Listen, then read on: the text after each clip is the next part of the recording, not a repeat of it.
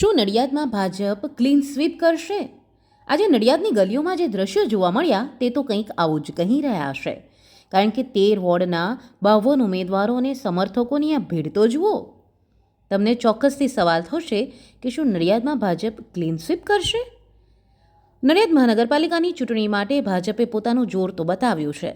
ધારાસભ્ય પંકજભાઈ દેસાઈ અને જિલ્લા પ્રમુખ નૈનાબેન પટેલની આગેવાનીમાં તમામ 52 ઉમેદવારો સંતરામ મંદિર પહોંચ્યા હતા.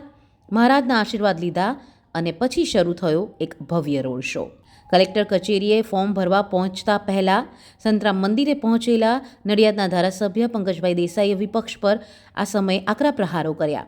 તેમણે સ્પષ્ટ શબ્દોમાં કહ્યું કે જે લોકો માત્ર સોશિયલ મીડિયા પર એક્ટિવ રહીને કામ કર્યાના દાવા કરે છે તેમને જનતા આ વખતે પાઠ ભણાવશે. ભાજપનો દાવો છે કે સંગઠને આ વખતે એકદમ એક્ટિવ ઉમેદવારોને મેદાનમાં ઉતાર્યા છે. સૌપ્રથમ તો અમારા ભારતીય જનતા પાર્ટીના પ્રમુખ શ્રી જગદીશભાઈ પંચાલ સાહેબ, અમારા માનનીય મુખ્યમંત્રી શ્રી ભૂપેન્દ્રભાઈ પટેલ સાહેબ, અમારી ભારતીય જનતા પાર્ટીની સમગ્ર ટીમ, ખેડા જિલ્લાની ભારતીય જનતા પાર્ટીના પ્રમુખ શ્રી અને ખેડા જિલ્લાની ટીમ, નડિયાદ શહેરની ટીમ અને આજે 52 કાઉન્સિલરો જેને આજે ઉમેદવાર તરીકે ભારતીય જનતા પાર્ટીએ જાહેર કર્યા છે, ત્યારે હું એટલું કહીશ ચોક્કસપણે કે આ જે ટીમ મૂકી છે એ બિલકુલ સક્રિય ટીમ મૂકી છે અને સક્રિયતાથી વોર્ડમાં કામગીરી કરે અને મારા સુધી પ્રશ્ન ના આવે એવી ટીમ ભારતીય જનતા પાર્ટીએ મૂકી છે. એટલે સૌપ્રથમ તો હું તમામ અમારા વડીલોને અભિનંદન આપું છું કે અમને આવી ટીમ એમને ઉમેદવાર તરીકે આપી છે અને અમારો ગોલ એવો રહેશે કે આ 52 ઉમેદવાર જીતે એવો અમારા સંપૂર્ણ પ્રયત્નો છે અને અમે જીતાડીશું. અને એ પણ કહું કે આ નડિયાદનો વિકાસ આજે 20 વર્ષ પહેલા નડિયાદ શું હતું અને આજે નડિયાદ શું છે એ લોકો જાણે છે.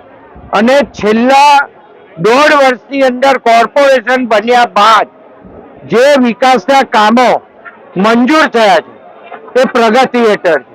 તો આવનારા દિવસોની અંદર અત્યારે નવું બજેટ પણ ગયું અને નવા બજેટ પછી આ જે નડિયાદ બનવા જઈ રહ્યું છે એ નડિયાદ એક બહુ સુંદર રહેવાનું મોટું શહેર બનશે અને સાથે અહીંયા બુલેટ ટ્રેનનું સ્ટેશન પણ છે. આ નડિયાદનું રેલવે સ્ટેશન પણ નવું થવાનું, નડિયાદનું બસ સ્ટેશન પણ નવું થઈ રહ્યું.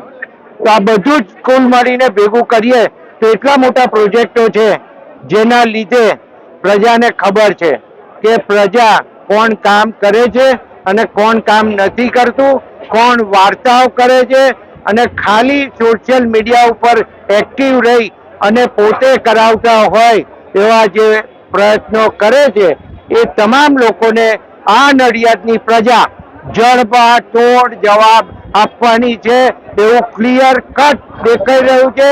અને અમારી 52 જણની ટીમ સંપૂર્ણ એક બનીને નેક બનીને ભારતીય જનતા પાર્ટીને વફાદારીથી બધા 52 ઉમેદવાર જીતે એવા સૌ કાઉન્સિલરો પ્રયત્ન કરવાના છે. આજે નડિયાદ મહાનગરની પ્રથમ વખત નગરપાલિકામાંથી મહાનગર બન્યું છે અને મહાનગરના 13 વોર્ડના 52 ઉમેદવારો આજે એક સાથે ઉમેદવારી પત્ર ભરવા જઈ રહ્યા છે. એટલો ઉત્સાહ દેખાઈ રહ્યો છે કે પ્રથમ વખત મહાનગર બની રહ્યું છે અને આટલા 52 ઉમેદવારો એક સાથે ફોર્મ ભરી રહ્યા છે. આવનારા સમયમાં અમે મહાનગરનો આપણા વડાપ્રધાન નરેન્દ્રભાઈ મોદી સાહેબના અને ગુજરાતના મુખ્યમંત્રી માન્ય ભૂપેન્દ્રભાઈ પટેલ સાહેબના નેતૃત્વમાં જે પ્રકારે વિકાસ થઈ રહ્યો છે એ જોતા નડિયાદ મહાનગરમાં 52 ઉમેદવારો ભારતીય જનતા પાર્ટીના જીતશે. નડિયાદના નગરજનોનો એટલો ઉત્સાહ છે કે મહાનગરમાં પ્રથમ વખત સ્પષ્ટ બહુમતીથી કેસરીઓ લહેરાશે. એ જ પ્રકારે આજે તમામ નડિયાદના નગરજનો સાથે અમારા 52 ઉમેદવારો, નડિયાદના સિનિયર ધારાસભ્ય માન્ય પંકજભાઈ દેસાઈ અને સૌ અમારા સંગઠનના હોદ્દેદારો સાથે આજે નડિયાદ મહાનગરના 52 ઉમેદવારો ઉમેદવારી પત્ર ભરવા જઈ રહ્યા છે. મને વિશ્વાસ છે કે નડિયાદમાં મહાનગરમાં ભગવો લહેરાશે.